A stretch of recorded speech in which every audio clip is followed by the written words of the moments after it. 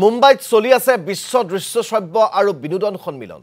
4দিনীয়া কাৰ্যসূচীৰে অনুষ্ঠিত ৱেভছ শীৰ্ষক এই সন্মিলনত উজলি উঠিছে অসম তথা উত্তৰ পূবৰ কলা সংস্কৃতি।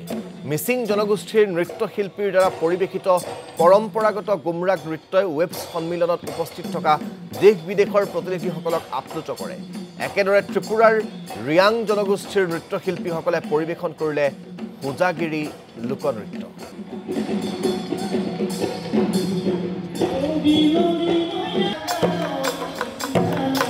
আপোনালোকক দেখুৱাইছোঁ এয়া মায়ানগৰী মুম্বাইত অসমৰ কৃষ্টি সংস্কৃতি পৰিৱেশিত হৈছে। মিচিংসকলৰ এয়া গুমৰাগ নৃত্য প্ৰদৰ্শন কৰি থকাৰ মুহূৰ্তৰ দৃশ্য আপোনালোকক দেখুৱাইছোঁ।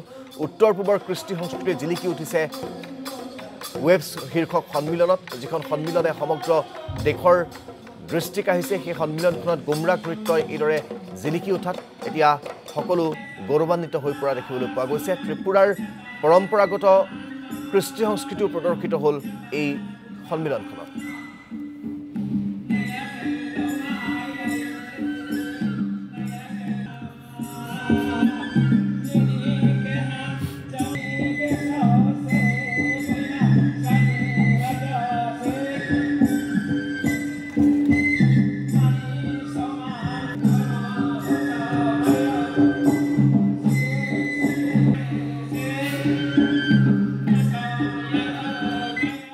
আসলতে মিনিষ্ট্ৰি অফ ইনফৰমেশ্যন এণ্ড ব্ৰডকাষ্টিঙৰ ফালৰ পৰা মই কোঅৰ্ডিনেট কৰি আছোঁ মিনিষ্ট্ৰি অফ কালচাৰ।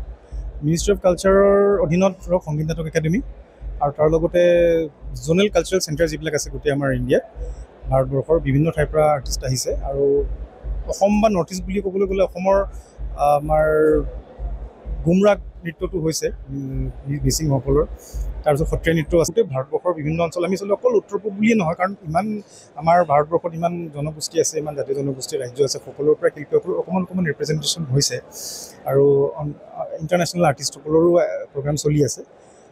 গতিকে প্ৰায় 1000 শিল্পীয়ে অংশগ্ৰহণ কৰিছে মিনিষ্ট্ৰি অফ কালচাৰৰ ফালৰ পৰা, কাৰণ ইয়াত ইণ্টাৰনেশ্যনেল অডিয়েঞ্চ বহুত আছে।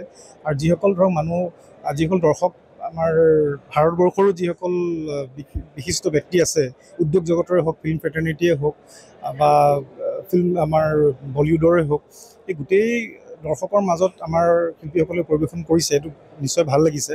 এটা কালচাৰেল এক্সচেঞ্জ হৈছে আৰু এটা মঞ্চ এখন পাইছে আমাৰ শিল্পীসকলে।